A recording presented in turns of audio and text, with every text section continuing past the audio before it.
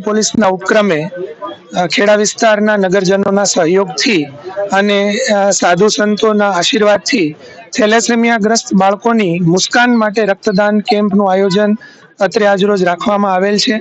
મારી તમામ જનતાને કોમી એખલાસનો જે અહીંયા ઉત્તમ ઉદાહરણ સાધુ અને મૌલાના એક સાથે એક જ ચેરમાં રક્તદાન કરેલ છે।